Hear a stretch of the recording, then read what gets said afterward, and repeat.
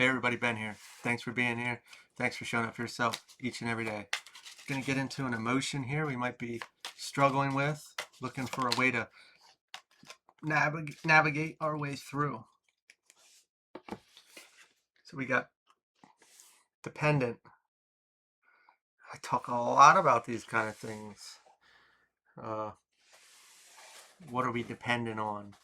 You're going to really have to be open-minded here because this is going to hurt somehow because it's going against I'm going to say things that are we justify in our mind as acceptable or not a big deal because we need them so bad in our life to feel safe. And this is uh, up against our shadow. It's up against the wound. It's up against the trauma. And we do this throughout life to pacify it, to feed it, to keep it calm. Whatever that's connected to will bring things into our experience. So maybe we're aware of it. Maybe we know it, but we do it anyway. Maybe we're not really aware of it, but we kind of have a hint of it. And we can look at this just in relationships, uh, whether platonic, romantic, or family.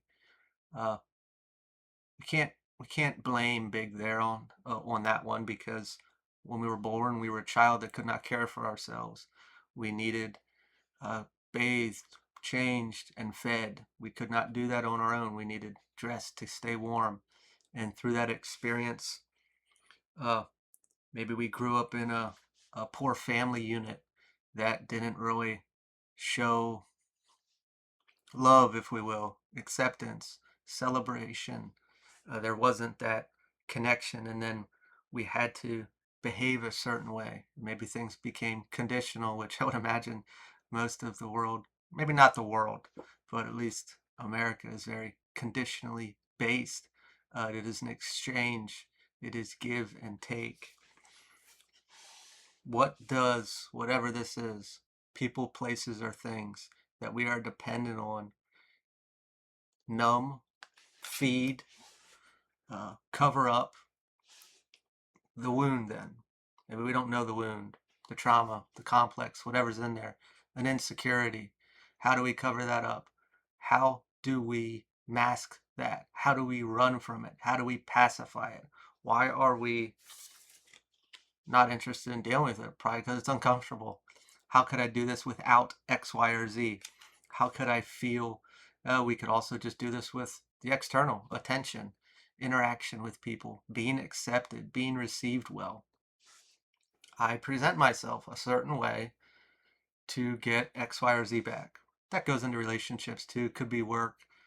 I show up a certain way, friend groups, maybe online, uh, attention seeking of some sort that isn't going to fill it the right way. I often say this, and I'm not saying this is connected, but just as an example, let's say online, I take pictures of myself and I put them up there and everybody likes them, but it doesn't, and I get like a lot of attention, but I see that and it doesn't do anything for me.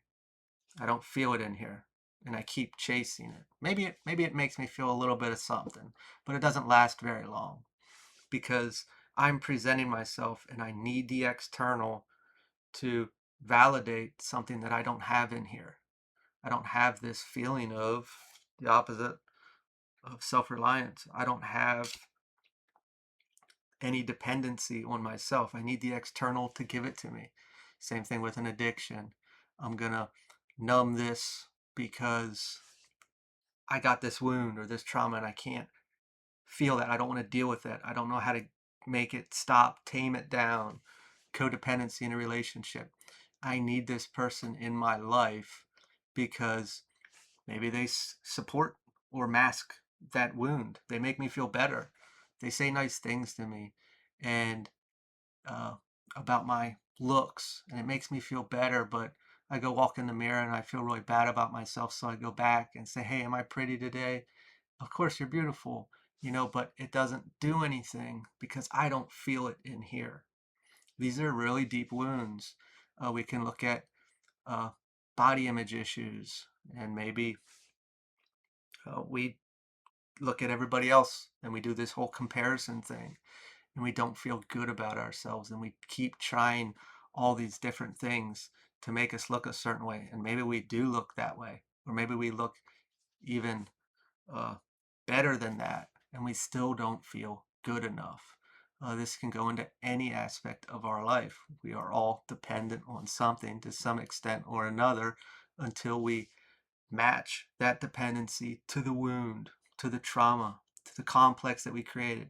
Something happened out there in the external, people, places, or things, experiences that hurt our feelings or made us feel a certain way or not good enough. And we took what was out there and we brought it in here. And then we identified with it. That is now our identity. We believe that about ourselves. And we're going to live that until we change that. And maybe we've tried and we can't. And we keep going back to the abuser, the external, to make that feel better. We can't go back to who did the damage in the first place to heal it. We can try. We can drop that down to an argument and say this person really hurt my feelings. I'm going to go back and hope they understand and validate how I feel or how they made me feel. And what are they going to say? I'm sorry, and it's all going to be okay. Uh, they're going to understand. Maybe they say they understand, but do they really understand? When we have to go out there to validate how we feel, we don't believe it in here. This is the same thing. This all goes back to validation. And I don't feel a certain way in here, so I'm trying to go make me feel that way with bringing things, people, places, and things into my experience to replace that. We need to do that inside. Otherwise, we'll be here. And I'm not blaming, I'm not saying you're less than for being in a situation like this. I'm just saying that we're always going to the wrong place to fix it, to medicate it, to suppress it, to heal it, to make it whatever. We have to generate that in here. We can't go back to the abuser to be healed.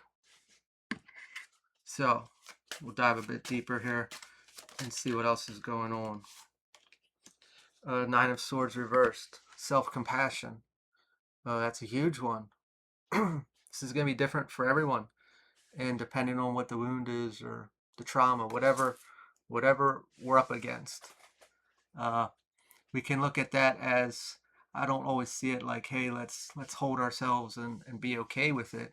Let's figure out why. I guess I'm a little more uh, of a man's approach. So I'm not taking away the empathy or the sympathy of the situation, but I look at, where did it come from? And maybe we don't know. Why is it there? And why would I feel that way? What does it, why am I chasing this need for the external to accept me? I'm stuck with me. They are not. They're passing by. They can leave my life at any point.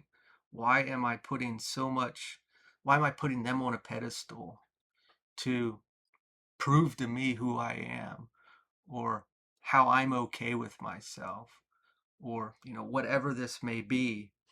This is changing these roles of who's in charge of me. And it's not so much like a hierarchy. It is, I'm putting it all out there. I'm not living in here. I'm not living for me. I'm living for them. And through this, it's to pacify a wound, a trauma that is in me. It's that the whole back to the abuser to heal. And uh, I wasn't taking away the aspect of like being sad about it. I don't know why that's coming up now. Crying for no reason is a thing. It's an energetic release. We can talk to people to navigate this a bit better.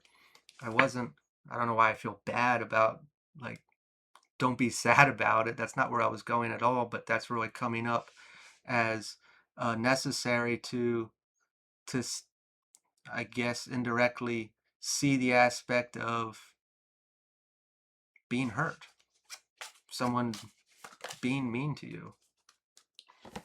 Last judgment, self-evaluation.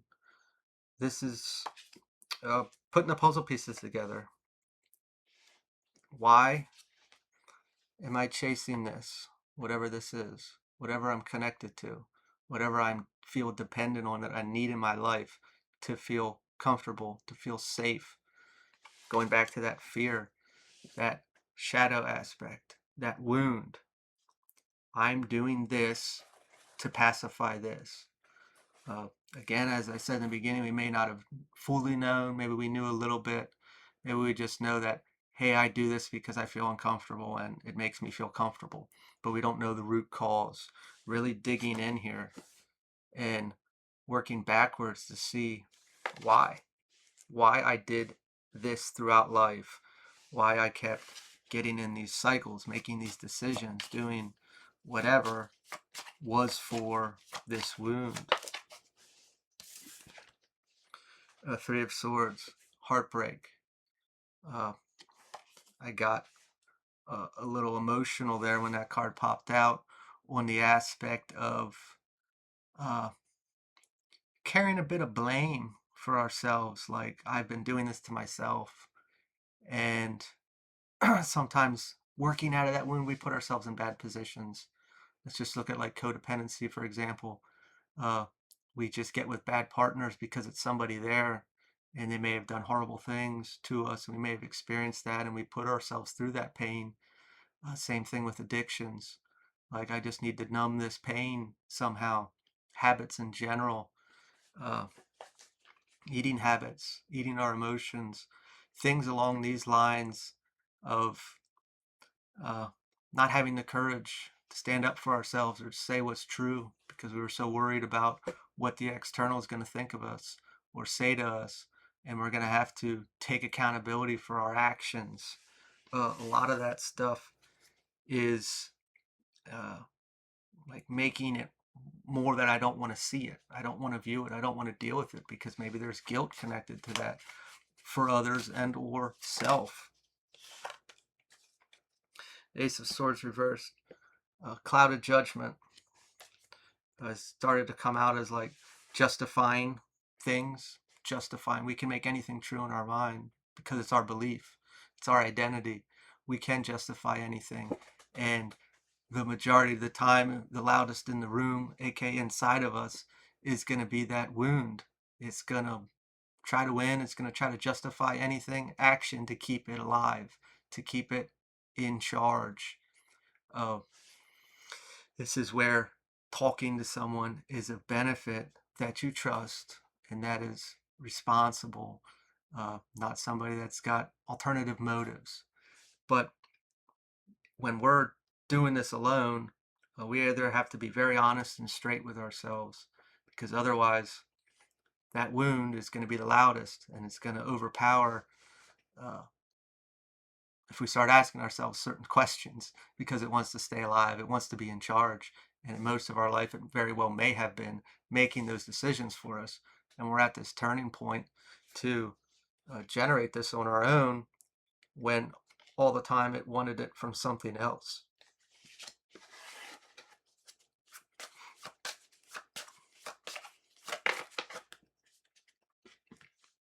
Knight of Cups, inspired pursuits. This is going after the things that we know are good for us or we really want now at this point. Like, say I was in a bad relationship and say, I'm not going to just jump on the first thing that comes along. I'm going to go for what's right for me, going up against that shadow or that wound that, oh, I'll just grab this because it's here, it's going to pass time or whatever, and give our heart away too quick, or whatever it may be. Same thing with going after goals that we didn't have the courage to. No, I can't do. How quickly we can talk ourselves out of these decisions. Moving forward on this, coming into our true self, merging this aspect, healing this aspect.